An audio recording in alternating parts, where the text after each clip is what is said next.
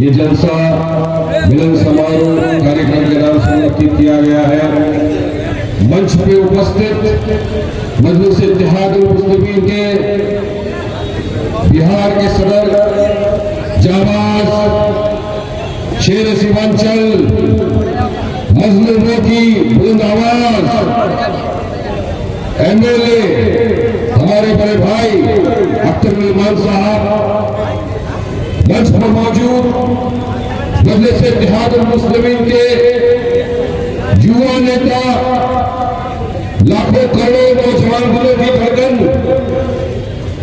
मेरे कोस पसंद एडवोकेट आदिल हसन साहब, नेशनल प्रवक्ता है,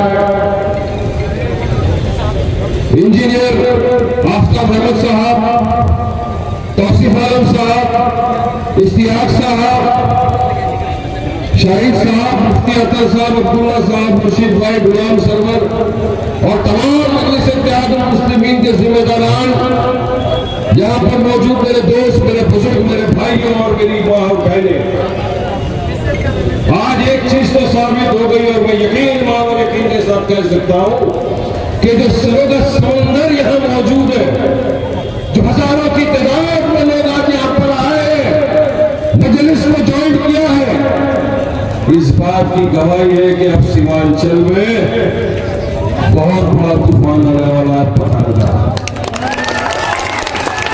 ये तूफान पकड़ता आ रहा है और पेट में डायरिया और दर्द होने वाला है राजद और तमाम मुख्तलिफ पार्टियों को। आपने साबित कर दिया एक बिहारी,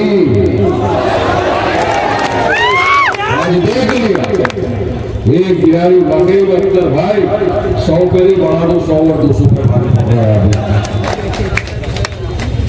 आज आप तमाम जानते हैं कि बिहार में आपके यहाँ सीमांचल में भी चुनाव आने वाला है, अनकरीब है, 1-2 महीने में चुनाव होंगे।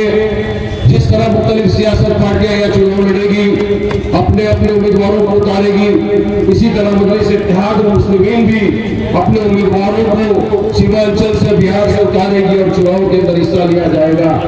और मुझे यकीन है कि इस मरतबा इंशाअल्लाह पहले से भी ज्यादा तादाद में हमारे उम्मीदवार जीत के बिहार की असेंबली के अंदर जाएंगे। चुनाव हर बार जो ये लोग बोलते हैं कि आप आए, हमारा वोट कट गया, हमारे लोग हार गए, हमारी चॉकलेट छीन गई, उनको पैगाम दिया, अख्तर साहब ने लेटर लिखा कि आइए साथ में कांधे से कांधा मिलाकर लड़ेंगे, बीजेपी एनडीए को हराएंगे, आइए साथ में ताकि सेक्युलर वोटों का विभाजन ना हो, मिलकर लड़ेंगे मगर इनके कानों में जोड़ देंगे। एक 2-3 जगह इन्होंने बोल दिया कि हमको तो बोला ही नहीं गया, जब सवाल किए गए तो इनकी हालत टाइट, जवाब नहीं दे सके कि क्या करना है। तो अख्तर भाई और एमआईएम ने क्या किया, पटना में पूरी तरह से ढोल बाजे के साथ पहुंच गए तेजस्वी के घर, वहां पर एक स्लोगन लगाया, मैं चाहूंगा कि उनके कान पर आवाज पहुंचे सीमांचल की धरती पे, तो मैं स्लोगन लगाऊंगा, आप मेरा साथ देंगे, बोलेंगे, मैं बोलूंगा, आप साथ में बोलिए, लालू तेजस्वी अपने कानों को खोल, तेरे दरवाजे पे बज रहा है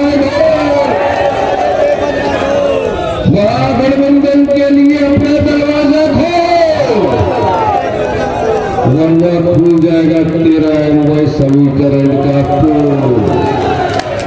पूरी पलक बोली खुल जाएगी, फिर बोलना नहीं खुआ है ऐसा करके चलेगी, क्योंकि मजलिस इत्तेहादुल मुस्लिमीन डरने और घबराने की जवाब का नाम नहीं है। जो बोलते करके दिखाते और जो करते होता है फिर जो देखते हैं वो इस बात, इसलिए पहले बोल रहा हूं अभी भी वरुण प्यारे मान जाए, इसके बाद समझाने का टाइम पूरी तरह आप लड़ेंगे, पूरी हिम्मत के साथ ताकत के साथ लड़ेंगे और फटाफट तुमको सबक सिखाएंगे। हमने ऑफर दिया तो ये कोई डर और घबराहट के लिए नहीं दिया,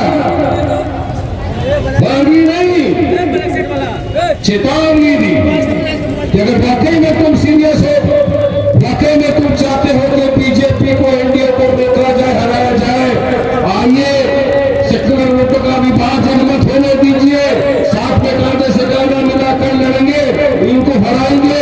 अख्तर साहब ने ज्यादा नहीं, ये कहा कुछ नहीं, हमारे दिल पर पत्थर रख के आपसे बात कर रहे हैं, ज्यादा नहीं तो हमारे साथ सिर्फ 6 सीटों के साथ समझौता करेंगे।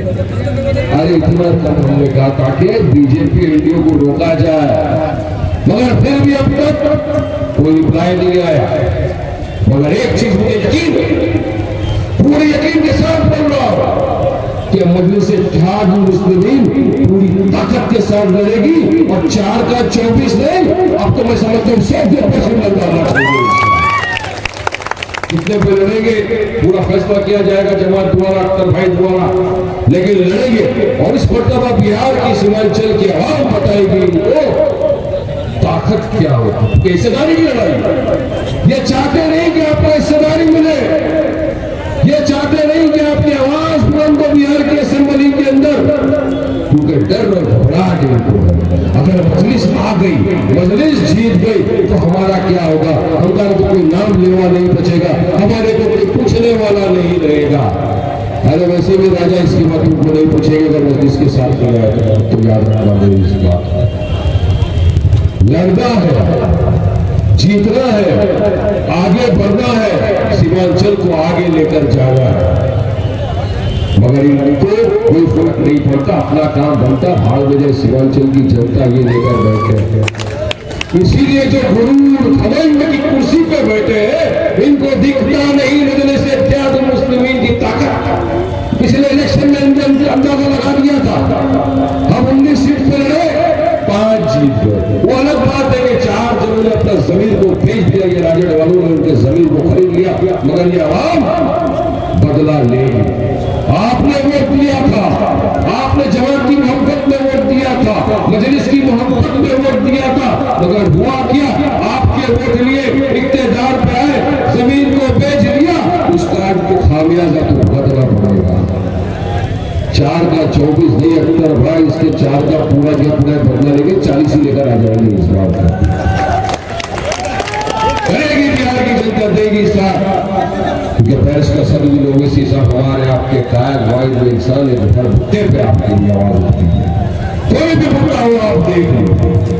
फिलहाल एक ये मुद्दा चल रहा है सबसे बड़ा, आज एक ऐतिहासिक दिन माना जाएगा कि जब मजलिस-ए-इत्तेहाद मुस्लिमीन सीमांचल की धरती के ऊपर लोगों को जोड़ रही है, संविधान की बात कर रही थी, एकता की बात कर रही थी, सेकुलरिज्म की बात कर रही थी, भारत देश को मजबूत बनाने की बात कर रही थी।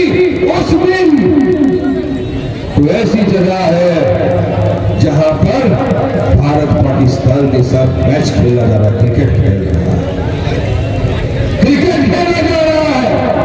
किसके साथ?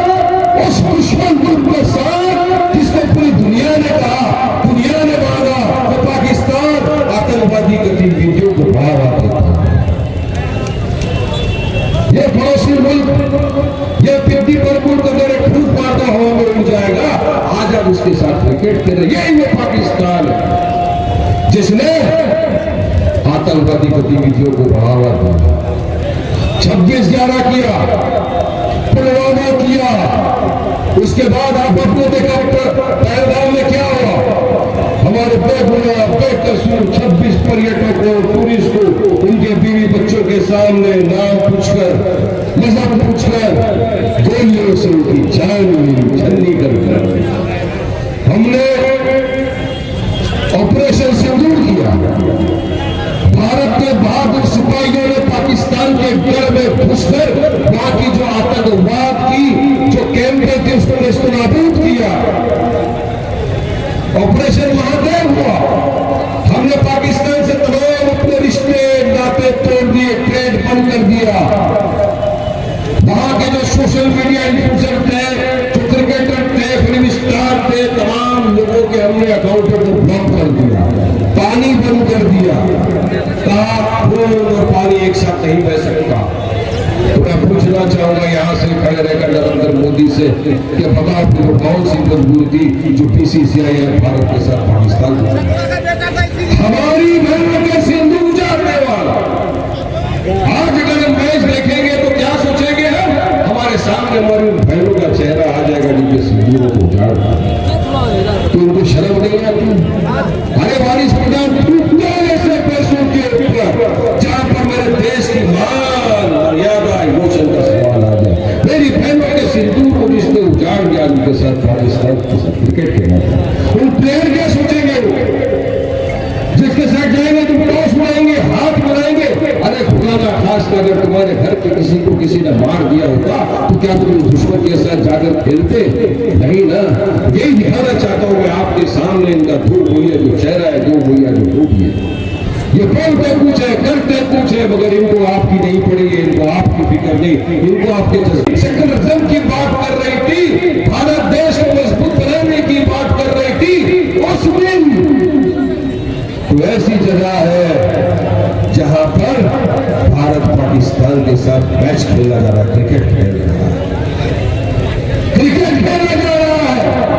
किसके साथ? उस दुश्मन ग्रुप के साथ जिसको पूरी दुनिया ने कहा, दुनिया ने माना तो पाकिस्तान आतंकवादी गतिविधियों को बढ़ावा देता है। ये पड़ोसी मुल्क, ये 50 मुल्क अगर एक फूट मारता हवा में उड़ जाएगा, आज आप उसके साथ क्रिकेट खेल रहे। यही वो पाकिस्तान है जिसने आतंकवादी गतिविधियों को बढ़ावा दिया, 26/11 किया, पुलवामा किया, उसके बाद आप अपने देखा पहलगाम में क्या हुआ? हमारे बेकसूर 26 पर्यटकों टूरिस्ट को उनके बीवी बच्चों के सामने नाम पूछकर, मजहब पूछकर गोलियों से उनकी जान छन्नी कर हमने ऑपरेशन सिंदूर किया।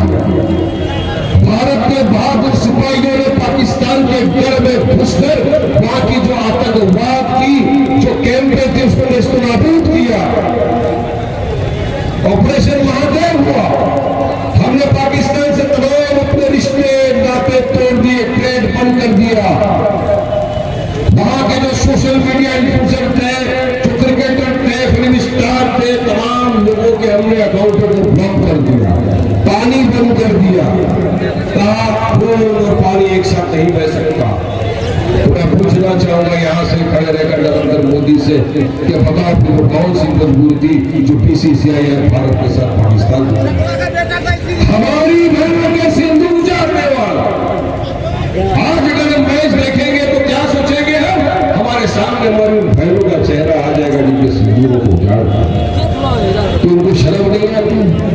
अरे बारिश प्रधान टूटने ऐसे पैसों के ऊपर जहां पर मेरे देश की मान मर्यादा इमोशन का सवाल आ जाए, मेरी बहनों के सिंदूर को जिसने उजाड़ दिया उनके साथ पाकिस्तान के साथ क्रिकेट खेलना था, उन प्लेयर क्या सोचेंगे?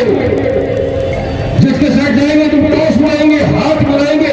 अरे खुदा ना खास का अगर तुम्हारे घर पे किसी को किसी ने मार दिया होता तो क्या तुम दुश्मन के साथ जाकर खेलते? नहीं ना।